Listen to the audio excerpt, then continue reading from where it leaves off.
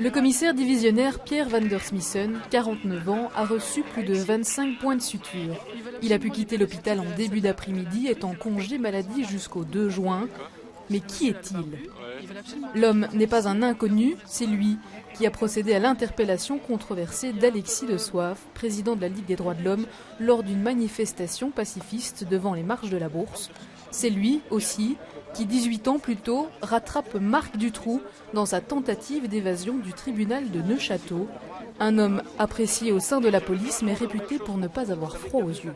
C'est quelqu'un qui voit les problèmes et il a tendance à aller vers les problèmes.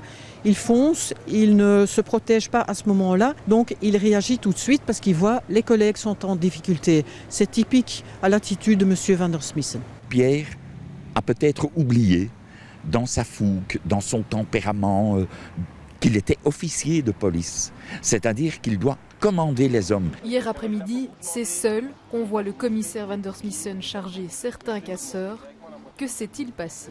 Le commissaire divisionnaire van der Smissen constate que les équipes en civil qui vont procéder aux arrestations sont en difficulté et de là l'intervention que vous voyez sur les caméras. C'est là qu'il commet une erreur.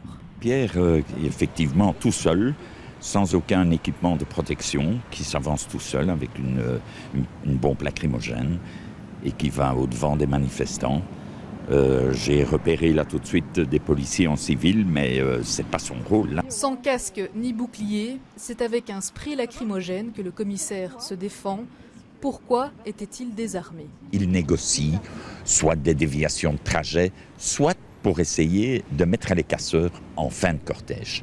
Donc c'est une marque de confiance que l'organisateur a envers un policier, un officier en l'occurrence, en uniforme normal et non pas en tenue de combat. Excès de zèle, acte héroïque, la police a entamé une enquête interne pour déterminer les circonstances exactes de l'incident. Cet après-midi, Jan Jambon, le ministre de l'Intérieur, a rencontré Pierre van der Smissen. Demain, à 14h30, c'est Yvan Mayer, le bourgmestre de la ville de Bruxelles, que le commissaire rencontrera. C'est quelque part un peu de la